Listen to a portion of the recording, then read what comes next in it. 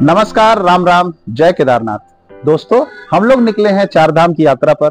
चार धाम की यात्रा पर हम लोग निकले और हम लोगों ने सबसे पहले यमुनोत्री माँ के दर्शन किए, उसके बाद गंगोत्री, और अब हम लोग हैं केदारनाथ में। तो केदारनाथ में हम लोग अपनी कार पार्क किए हैं। ये पार्किंग है, आप देख सकते हैं। ये सोनप्रयाग की पार्किंग है। इससे पहले सीतापुर में भी एक पार्किंग है, लेकिन हम लोगों ने यहाँ पर सोनप्रयाग में कार पार्क किया है। अब यहाँ से हम लोग जो है पैदल यात्रा पर निकल रहे हैं। तो चलिए चलते हैं और केदारनाथ की यात्रा शुरू करते हैं।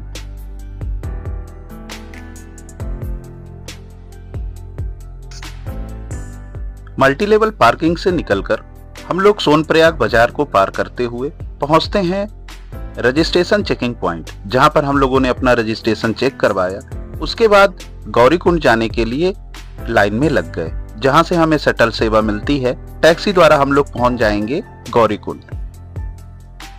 गौरीकुंड पहुंचकर हम लोगों ने गौरीकुंड में मां गौरी के दर्शन किए और उसके बाद अपनी यात्रा को आगे आरंभ किया।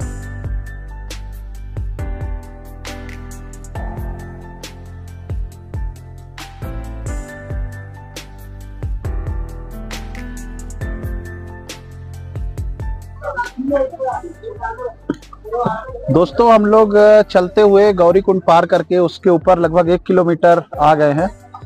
अभी यहाँ से लगभग 15.5 किलोमीटर और चलना है, 16 मान के चलिए, और मौसम भी सही है। अभी हम लोग बैठे थे भैया के यहाँ पे चाय पीने के लिए, और भैया जी ने हमें यहाँ पर बहुत सारी चीजें बताई, यहाँ केदारनाथ के बारे में और यहाँ के बिजनेस मॉडल के बारे में, और यहाँ पे कैसे क्या कठिनाई है और क्या सहूलियत है। ये सारी चीजें बातें हुई भैया से, बहुत अच्छा लगा। तो यहाँ पर चाय वाले भैया हैं, ये यही गढ़वाल रीजन के ही हैं। तो चलिए चलते हैं, आगे की यात्रा करते हैं।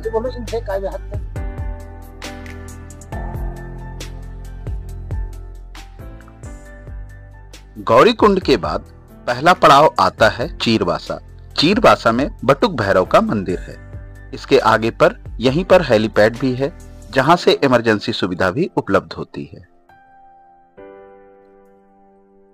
चीरबासा से चलते हुए हम लोग पहुंचते हैं जंगल चट्टी। जंगल चट्टी से आगे में है भीमबल्ली। भीमबल्ली और जंगल चट्टी के बीच का रास्ता बहुत ही खूबसूरत है, जहां पर बहुत सारे झरने हैं, जिनमें से मीठे पानी का झरना प्रमुख है। दोस्तों, हम लोग चलते हुए पहुंच चुके हैं भीमबल्ली। भीमबल्ली में ये GNBN का रेस्टोरेंट और स्वागत कक्ष है, जहां पर हम लोग बैठे हुए हैं। यहाँ पर आप कुछ खा पी भी सकते हैं और नाइट स्टे भी कर सकते हैं। नाइट स्टे के लिए यहाँ पर 1200 रुपए में बेड के साथ में डोरमेट्री है, और 1100 रुपए में ग्राउंड बेड है, और टेंट का चार्ज है 650 और 400। तो 650 वाले में खाना भी इंक्लूड होगा जी, और ये 400 वाले में जो सब उसमें नहीं रहेगा ना। तो खाना जो है तो तीनों, बाकी जो है तो मतलब बेड वाले में भी और ग्राउंड बेड में और टेंट बेड में, तीनों में खाना भी इंक्लूडेड है, मतलब नाइट डिनर इंक्लूड है। तो आप अगर यात्रा करते हैं, बीच में आपको रुकना है, तो GNBN का इससे अच्छा आपको सुविधा और कहीं नहीं मिल सकता। और आप आराम से आइए, आराम से रुकिए, उसके बाद सुबह फिर से यात्रा करिए। एक बार में आप अगर यात्रा करते हैं, थकान भी ज्यादा लगती है और आपको थोड़ी मानसिक तनाव भी होता है। उससे बचने के लिए आप बीच में रुकिए और उसके बाद नेक्स्ट डे यात्रा कीजिए और केदारनाथ यात्रा का अच्छे से आनंद लें। अब यहाँ से हम लोग जब आगे बढ़ेंगे तो हम आपको बताएंगे। अभी आज हम लोग यहीं पे रुकेंगे रात में। अभी हम लोग कुछ खाएंगे पिएंगे और रात में यहीं स्टे करेंगे। भीमबल्ली में रात बिताकर हम लोग अर्ली मॉर्निंग यहां से निकल पड़े केदारनाथ के लिए। भीमबल्ली से हम लोग जैसे ही आगे बढ़ते हैं, हमें मिलता है रामबाड़ा। रामबाड़ा वही जगह है जहां पर पहले रुकने की सारी व्यवस्थाएं होती थीं, लेकिन 2013 की आपदा के समय यहां पर सारा कुछ बह गया था। पुराना रास्ता रामबाड़ा के पार से ही निकलता था, लेकिन नया रास्ता रामबाड़ा के दूसरी पार से निकलता है। हालांकि पुराने रास्ते पे भी काम चल रहा है, जो जल्दी ही खुल जाएगा।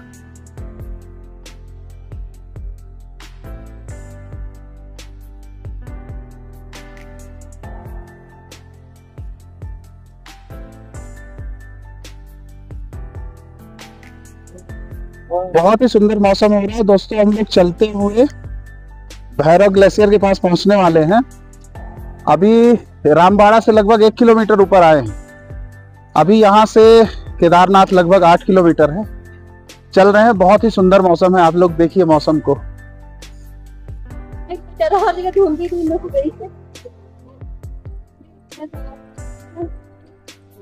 यात्री नहीं दिख रहा है, सिर्फ धुंध दिख रहा है। बहुत ही सुंदर मौसम है। यही है बाबा केदार की कृपा। जय बाबा, जय केदार। बहुत ही सुंदर मौसम हो रहा है। चलिए चलते हैं।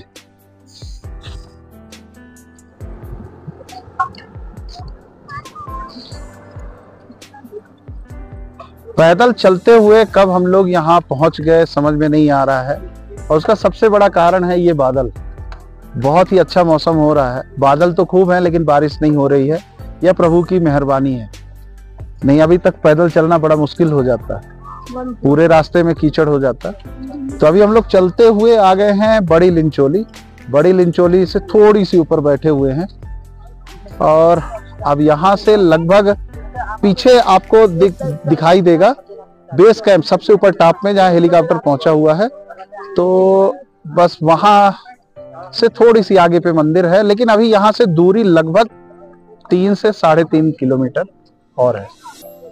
तो चलिए चलते हैं।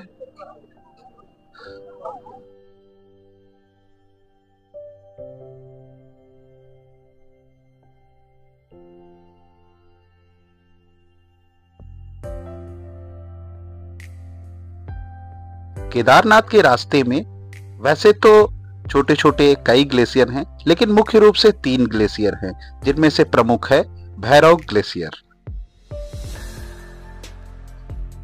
भैरव ग्लेशियर को पार करके हम लोग पहुंच गए हैं बेस कैंप।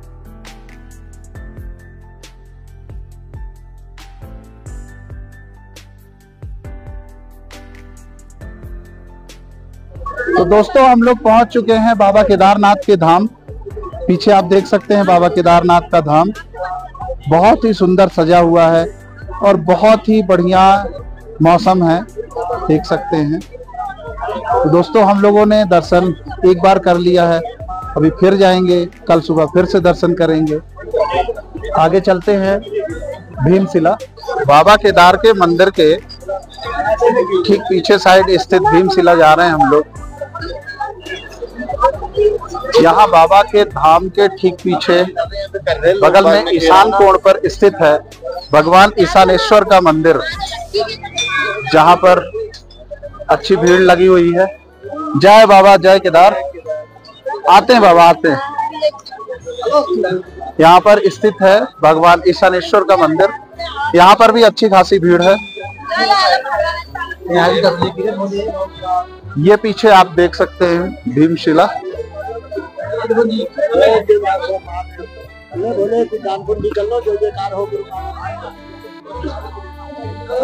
यहाँ पर लोग कुंड से जल भरने के लिए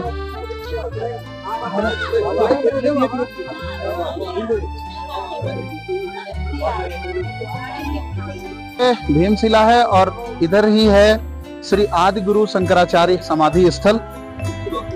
ये स्थित है भीमशिला। इसके चारों तरफ छोटी छोटी और भी बहुत सारी मूर्तियां रख दी गई हैं। लोग अब तो सब ठीक है, भीमशिला को भी साक्षात ईश्वर के रूप में, भगवान शिव के रूप में पूजते हैं। नाम है भीमशिला।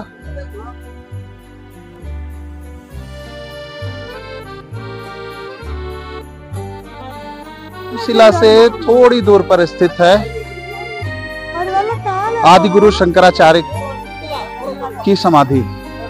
तो अभी हम लोग चल रहे हैं आदि गुरु शंकराचार्य की समाधि। आइए चलते हैं। आ चुके हैं आदि गुरु शंकराचार्य की समाधि।